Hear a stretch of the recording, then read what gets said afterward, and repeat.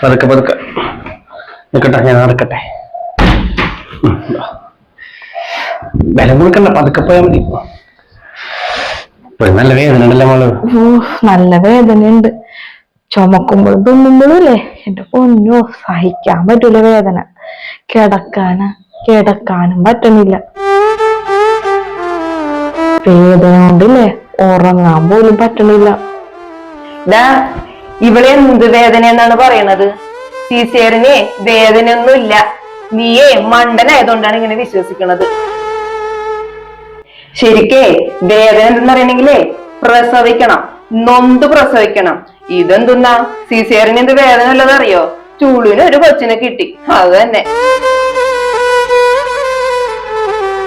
ഇപ്പത്തെ പെമ്പിളരെ എല്ലാം കണക്കാണ്. ഒന്നിനെ പ്രസവിക്കാൻ പറ്റില്ലല്ല, ഒക്കെ തന്നെ സിസേറിയൻ മതി. അതാകുമ്പോ എളുപ്പപ്പണിയാണല്ല. മോനൊരു കാര്യം അറിയോ? നൊന്ത് പ്രസവിച്ചാലാണ് അമ്മക്ക് കുഞ്ഞിനോടും കുഞ്ഞിന് അമ്മനോടും സ്നേഹം ഉണ്ടാവുള്ളൂ. അല്ലാണ്ട് സിസേറിയൻ ചെയ്താലേ സ്നേഹം ഉണ്ടാവില്ല. എന്റെ അമ്മ നിർത്തി അമ്മയുടെ വർത്താനം. നമുക്ക് ഇതിനെപ്പറ്റി അറിയാൻ പാടില്ല എന്നുണ്ടെങ്കിൽ നമ്മ കൂടുതൽ സംസാരിക്കാൻ നിൽക്കരുത്.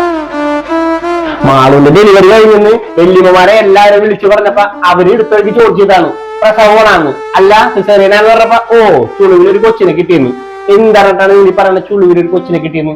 ഈ സിസേറിയൻ എന്ന് വെച്ചാല് എന്താന്ന് നമുക്കറിയാമോ? അവളുടെ ശരീരത്തില് 10-15 സെന്റിമീറ്റർ കീറിയിട്ടാണ് ആ കൊച്ചിനെടുത്താണത്. നമ്മുടെ ഒന്ന് കൈയൊന്നും മുറിഞ്ഞിട്ടുണ്ടെങ്കിൽ അമ്മ ഇവിടെ കിടന്ന് എന്താണ് കഴിച്ചുട്ടാറ്?